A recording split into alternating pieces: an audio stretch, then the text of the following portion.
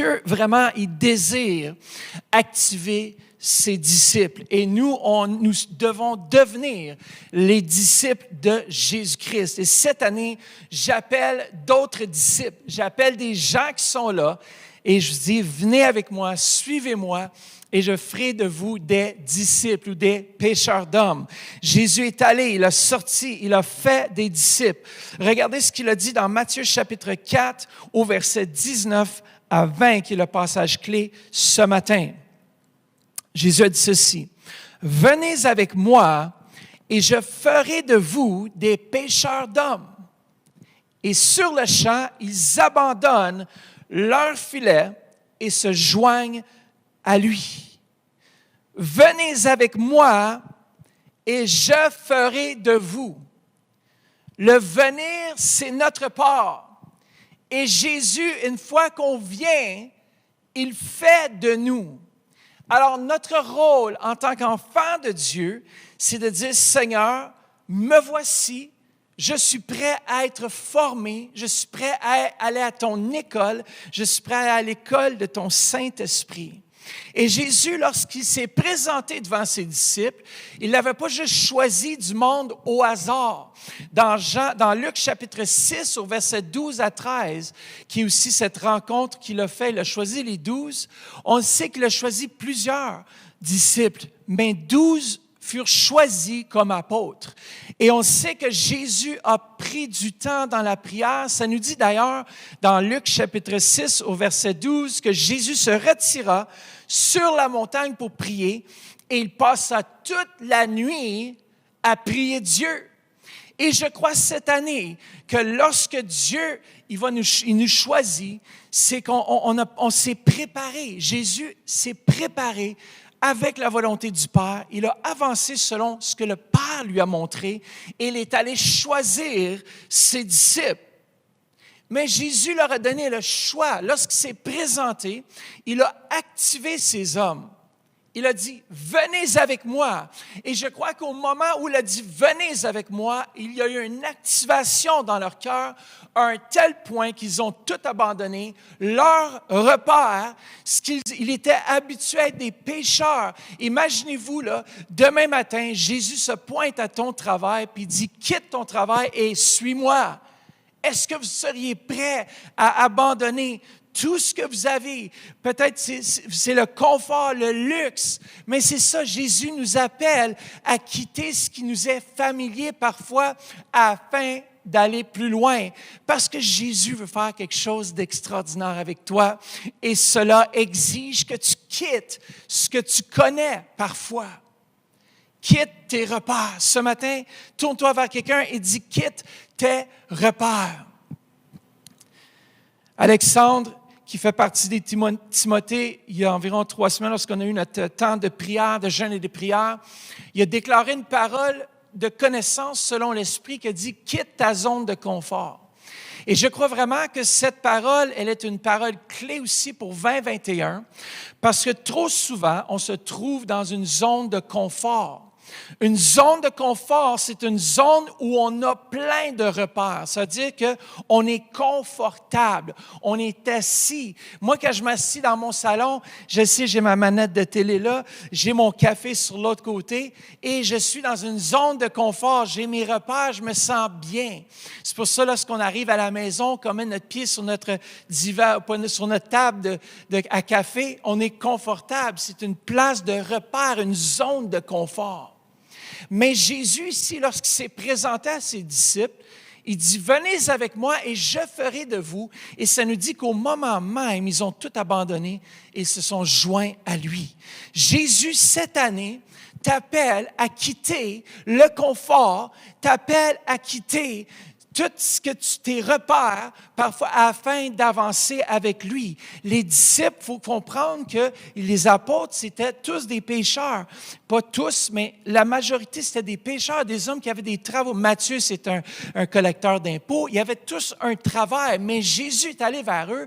Il a dit, est-ce que tu es prêt à me suivre? Et ils ont dit oui. à cet appel. Moi, je déclare que cette année, tu vas quitter ta zone de confort et tu vas dire oui à l'appel que Dieu met sur ta vie. Ce n'est pas le simple appel d'un pasteur, ce n'est pas le simple appel de ton voisin, de ton père, de ta mère. C'est l'appel de Dieu lui-même, de Jésus lui-même, qui par son esprit te parle présentement et te dit, quitte tes repères, quitte cette zone de confort. Viens avec moi et je vais faire de toi l'homme que tu dois devenir. Les disciples, pendant 3 ans et demi, se sont laissés formater, former, sous la pression, sous toutes sortes de différentes situations, circonstances. Ils ont vraiment quitté leur zone de confort, leur repère. L'apôtre Pierre, lorsque Jésus marchait sur l'eau, il dit, viens en dehors, marche sur l'eau, viens me rejoindre. Et ça a dû exiger qu'il a dû quitter cette zone de confort qui était un repère pour lui parce qu'il savait que tu ne quittes jamais un bateau pour essayer de marcher sur l'eau en pleine tempête. Mais vous savez quoi? Lorsque Jésus t'appelle, lorsqu'il dit « Viens à moi », il nous active et nous fait accomplir ce qui est impossible à accomplir dans le naturel. Et moi, je déclare que cette année, tu vas accomplir ce que toi, tu ne peux pas accomplir parce que Dieu Saint-Esprit vient et il dit « Viens et je ferai de toi ». Amen? Come on. À quoi ressemble ta zone de confort? Peut-être c'est un nouveau poste. Peut-être c'est un changement de carrière. Peut-être que c'est un changement de pays. Peut-être c'est de commencer à s'impliquer dans une équipe et de servir ton église locale. Peut-être que c'est d'ouvrir un groupe connexion. Peut-être c'est de se joindre à un groupe connexion. Mais Dieu, cette année, prépare-toi à ce qu'à un moment donné, au courant de ce mois, le mois prochain, même au courant de cette année, que Dieu Saint-Esprit te visite à un tel point que tu vas savoir ce que tu dois faire afin de quitter ta zone de confort. Come on. Il nous faut tous, à un moment donné, quitter notre zone de confort pour aller plus loin. Comme les disciples ont quitté cette zone de stabilité, leur zone de repère, sur une simple promesse, sur une simple parole de Jésus qui a dit « Venez et je ferai de vous des pêcheurs d'hommes ». Comment? Parfois, le premier point ce matin que je veux partager pour quitter tes repères, c'est de mettre un terme à ce que l'on a connu. Mettre un terme à ce que l'on a connu. Parfois, il nous faut mettre un terme à ce que l'on a connu pour avancer là où Dieu prépare des choses que l'on n'a pas encore vues ni connues. Come on. Pour avancer dans l'inconnu, parce que Jésus, il nous dit, je prépare des choses qui ne sont même pas montées encore dans ton cœur, pour ceux qui sont prêts à quitter leur zone de confort, d'avancer. 1 Corinthiens 2, 9 à 10, je sais, je n'ai pas ces références-là derrière, c'est pas grave, je vous le lis. 1 Corinthiens 2, chapitre 9 à 10, chapitre 2, versets 9 à 10, ça dit « Mais comme il est écrit, ce que l'œil n'a pas vu, ici c'est le prophète Ésaïe qui écrit ça, ce que l'oreille n'a pas entendu, ce qui n'est pas monté au cœur de l'homme, Dieu l'a préparé pour ceux qui l'aiment. Or, c'est à nous que Dieu l'a révélé par son esprit. » Dieu, ce matin, te révèle ou va te révéler au courant de cette année, même aujourd'hui même, il va commencer à parler à ton cœur. Il va commencer à travailler dans ton cœur. Ne dis pas non à la voix de l'Esprit. Ne dis pas non à l'appel de Dieu. Mais dis oui parce que ta vie va être transformée. Je ne dis pas lorsqu'on dit oui à Dieu que tout devient rose. Les disciples, lorsqu'ils ont répondu à cet appel de Jésus, ne savaient pas peut-être ce qui leur attendait. Mais ils ont décidé de mettre un terme à ce qu'ils avaient connu. Dans Éphésiens 2, chapitre 10, Dieu nous prépare des bonnes œuvres. Ça nous dit qu'il a créé, ce que nous sommes, nous le devons à Dieu. Car par notre union avec le Christ, Jésus, Dieu nous a créés pour une vie riche d'œuvres bonnes qu'il a préparées à l'avance afin que nous les accomplissions. Il y a un homme dans la parole de Dieu qui est un dénommé Élisée, et j'aime tellement cette histoire parce qu'il a calculé le coup, mais il a répondu à l'appel d'Élie le prophète. Dans 1 Roi chapitre 19, versets 19 à 21, ça nous dit « Élie partit de là et il trouva Élisée, le fils de Shaphat, en train de labourer. » Vous travaillez présentement, vous faites quelque chose présentement, Dieu le Saint-Esprit vous visite. Ici, c'est ce qui est arrivé. Il y avait devant lui 12 paires de bœuf, et lui-même se tenait près de la 12e. Élie s'approcha de lui et jeta son manteau sur lui. Verset 20, Élisée abandonna ses bœufs et courut après Élie.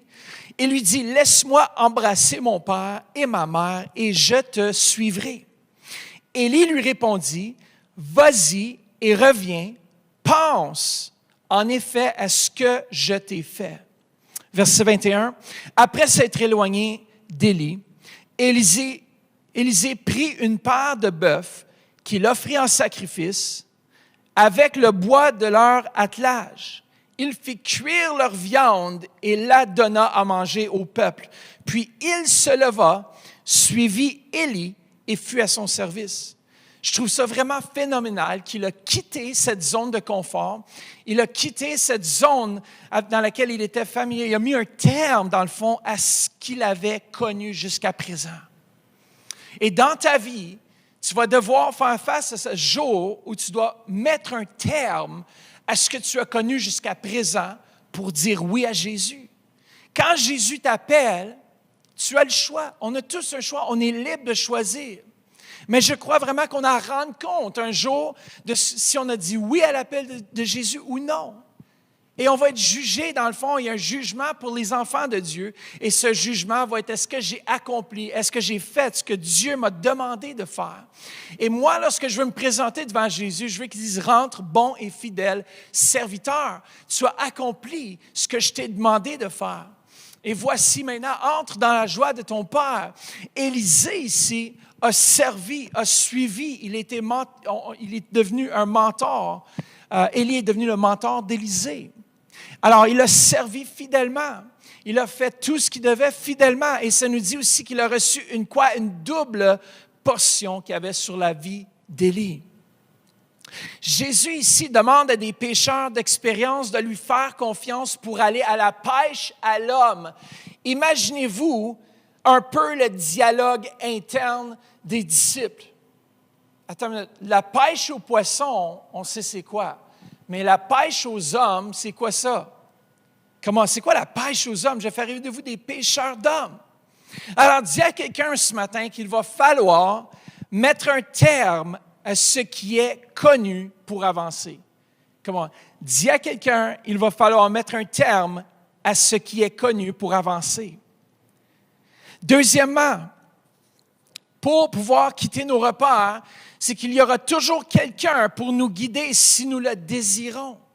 Dieu met des gens dans nos vies afin qu'on puisse être guidés, formés, changés, transformés. Et vous savez, on a besoin d'Élie, on a besoin de quelqu'un, un pasteur. Si vous n'êtes pas à Église Le Centre et vous n'avez pas d'église, je vous encourage à faire de cette église votre église. Mais vous avez besoin de quelqu'un qui parle continuellement dans votre vie. Pas un pasteur un dimanche, puis l'autre pasteur l'autre dimanche. Non, tu as besoin d'une voix fixe afin d'apporter la stabilité dans ta vie.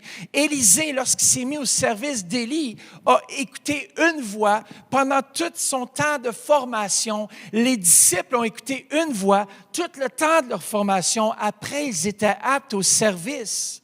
Trop souvent, lorsque les choses ne vont pas à notre vitesse ou à notre rythme, on décide de changer de mentor ou même de pasteur ou d'assemblée parce qu'on se dit, il me semble que je n'avance pas assez vite. Mais vous savez-vous quoi? C'est dans les moments où est-ce qu'on pense ne pas avancer ou ne pas faire du progrès que Dieu nous appelle à être stabilisés, de demeurer fixe, de demeurer là parce que Dieu, peut-être, il met à l'épreuve ton agenda.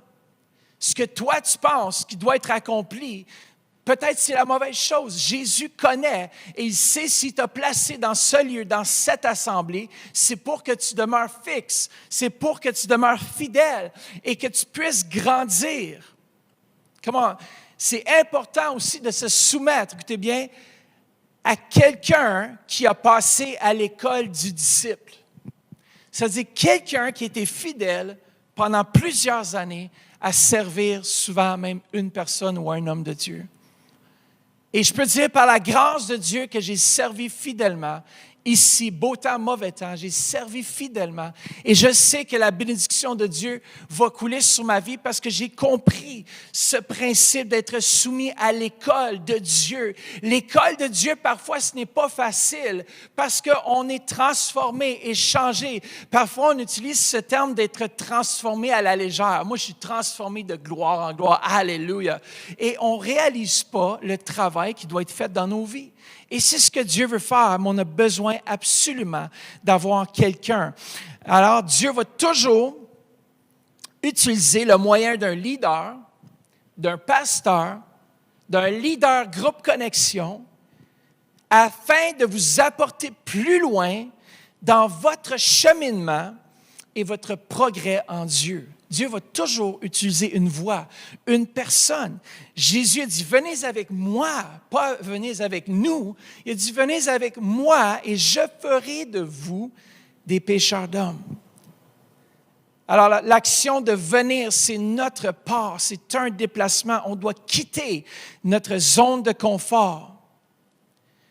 Alors, cela représentait vraiment une nouvelle saison pour les disciples. Une saison de formation, un temps de transformation et de propulsion dans leur destinée. Mais ils devaient demeurer. Judas a trahi Jésus. Il n'a pas terminé comme il faut la course et il a mal fini. Et aujourd'hui, je veux vous encourager à ne pas faire comme Judas, mais de faire comme les autres disciples qui ont demeuré fidèles, qui ont demeuré ancrés, beau temps, mauvais temps, ils ont resté fidèles à la personne que Dieu avait placée dans leur vie afin de les suivre. Amen. Come on. On ne peut pas, nous ne pouvons pas être sans venir premièrement. On ne peut pas être quelque chose sans venir premièrement. Faire un pas dans la direction de l'inconnu. Amen. Souvent, on voit Jésus demander aux gens de faire des choses contre-logiques pour mettre à l'épreuve leur foi. Pour mettre à l'épreuve leur foi dans le but d'activer une croissance dans leur processus. Jésus te met à l'épreuve. Il dit, viens ce matin, accomplis ma volonté. Fais ce que je te demande de faire. Et tu vas voir que ta vie, c'est là qu'on devient des disciples lorsqu'on a un mentor, lorsqu'on est capable de se soumettre, lorsque Ministre Madeleine, à l'intercession, demande de faire une chose de telle façon et nous, on pense que ça devrait être fait d'une autre façon. C'est là que ton caractère est mis à l'épreuve. C'est là que tu deviens un disciple. Tu ne comprends pas, ça va contre ta logique, mais Dieu te demande de le faire.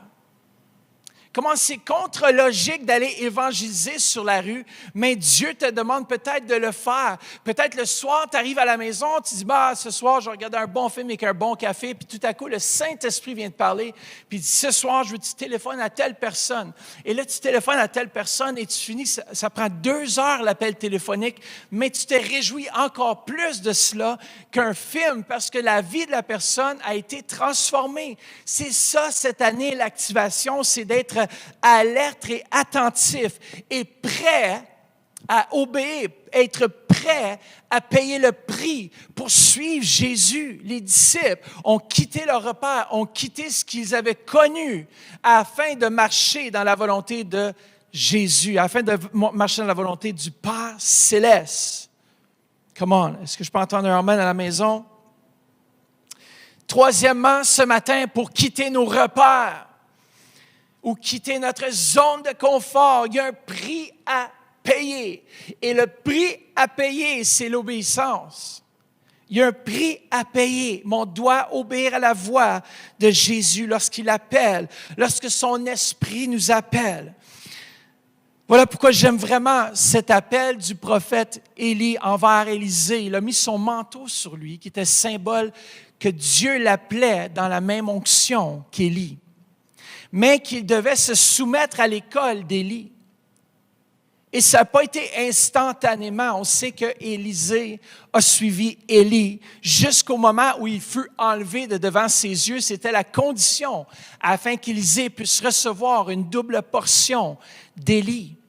Mais il est resté à l'école. Il a été à l'école d'obéissance, de soumission. Il a servi fidèlement. Il était là. Les disciples ont suivi Jésus. Ils ont obéi. Ils ont suivi ce qu'il disait de faire. Allez à tel endroit, dites ceci. Allez à telle place, faites cela. Et nous, frères et sœurs, lorsque Dieu va nous véhiculer sa volonté dans nos vies, au moment où est-ce qu'on l'entend, puis ça résonne dans nos cœurs, on doit être prêt à payer le prix, à calculer. Élisée, ça nous dit qu'Élie a dit à Élisée, va, calcule le coût en réalité, pense à ce que tu fais, et si cela résonne dans ton cœur, mais viens avec moi, suis-moi, fais ce que tu dois faire, mais fais-le. Et ce matin, je vous dis, il y a un prix à payer, il y a un prix à payer pour suivre la volonté de Dieu. On doit être prêt à remettre en question notre agenda en tout temps afin d'accomplir la volonté de Dieu. Ça coûte quelque chose. Tourne-toi vers quelqu'un et dis, ça va coûter quelque chose cette année. Lorsque le Saint-Esprit va te pousser, mais joins-toi à la prière. Et là, tout à coup, ça ne te tente pas parce que tu as le goût de dormir.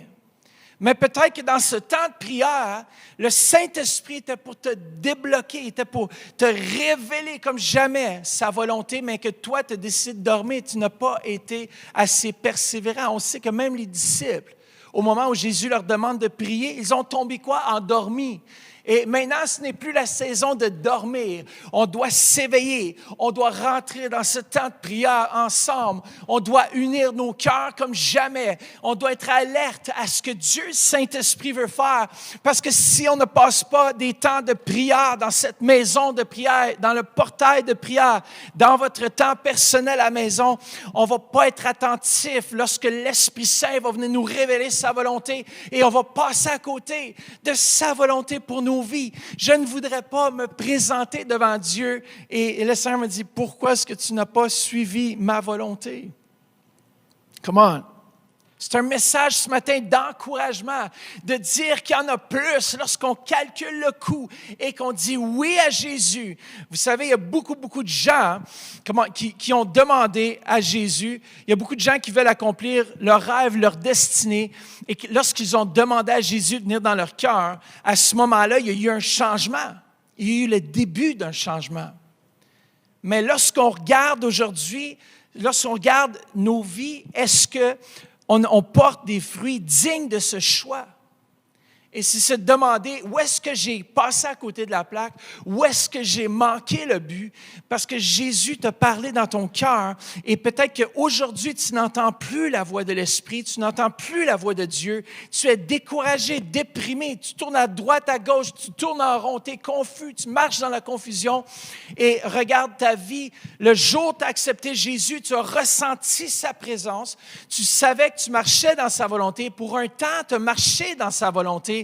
Et à un moment donné, il y a eu un déclic où est-ce que tu as dit non à Jésus pour quelque chose. Et à ce moment-là, l'Esprit Saint se retire tranquillement. Il est toujours là, mais il sait qu'il n'y a plus autant de place dans ton cœur parce qu'il parle, puis ton cœur s'endurcit à sa voix.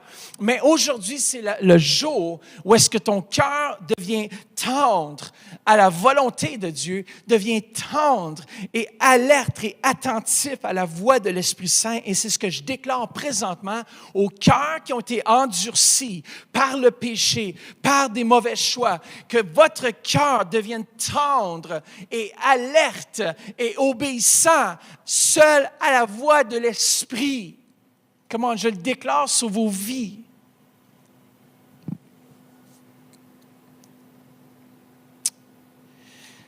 La voix de l'Esprit fait parfois aucun sens. Jésus dit à des pécheurs qui viennent juste de lancer leur filet sur un côté du bateau, ils remontent les filets, ils n'ont aucun poisson. Et dans Jean 21:6, Jésus arrive. Ils ne s'aperçoivent même pas que c'est lui au début. L'apôtre Pierre qui est tout nu, je ne sais pas si c'est ça que ça dit dans l'Écriture, s'il était réellement tout nu, je ne sais pas ce qu'il faisait tout nu, mais il se trouvait toujours dans des situations un peu bizarres, lui. C'est le premier, ça nous dit qu'il était à une centaine de mètres du bord. Et Pierre, lorsqu'il a reconnu Jésus, ils ont jeté le filet sur l'autre côté. Ils ont attrapé comme en une pêche miraculeuse. Et tu as Pierre qui vient, qui plonge à l'eau et qui vient à la rencontre du Maître. Mais sachez que parfois, on va faire des choses que Dieu nous demande de faire telle ou telle chose, mais ça ne fait pas de sens. On a déjà essayé comme ça, on a déjà essayé de faire comme ça. Mais là, il dit, jette tes filets de l'autre côté du bateau. Et cette année, l'activation va être de faire des choses parfois qui peuvent être contre logique, contre ta logique humaine. Oui, mais les stratégies, on devrait faire ci, on devrait faire ça. Mais quelle est la stratégie de l'Esprit? Car la stratégie de l'Esprit, c'est celle qui fonctionne. Et si on se soumet à cette stratégie, comment on va avoir le succès comme Église, comme individu. Vous, à la maison, vous allez avoir le succès parce que vraiment, c'est quoi la vie ici-bas si on fait juste ce qui nous plaît, juste faire nos propres désirs? Éventuellement, on n'est pas satisfait, on n'est pas complet tant aussi longtemps qu'on ne dit pas, Seigneur, qu'est-ce que tu désires que je puisse accomplir pour toi? Je vais me demander une question, c'est quoi le succès selon Dieu? C'est quoi le succès selon Dieu? Est-ce d'accomplir notre propre volonté ou celle de Dieu? Il est possible de mélanger le succès en Dieu avec l'accomplissement de nos propres projets et désirs. Parfois, on peut être confus. On dit, mais moi, je réalise plein de choses. Oui, mais est-ce que Dieu t'a demandé de réaliser toutes ces choses? Parfois, on réalise des choses par nous-mêmes, selon la chair. On travaille fort, fort, fort. On pense être capable d'accomplir par nous-mêmes. Et tout à coup, on réalise que la vie, c'est beaucoup plus qu'avoir des accomplissements, avoir des ressources financières, avoir des maisons, avoir toutes sortes de choses. Mais c'est réellement, la vie, elle est complète lorsqu'on obéit à Dieu Saint-Esprit, qu'on dit, oui, papa, me voici, envoie-moi. Me voici, envoie-moi. Regardez Jésus qui reprend l'apôtre Pierre, parce que l'apôtre Pierre parle avec une mentalité charnelle. Et il y a des chrétiens comme ça, des fois, autour de nous. Il y a des gens qui sont des gens charnels, qui n'ont pas la pensée de l'Esprit, qui nous poussent à changer de direction, à faire des choses qui sont contraires à la volonté de Dieu pour nos vies. Et le plus qu'on écoute à ces voix, le plus qu'on est distrait et le moins qu'on marche dans la volonté du Père.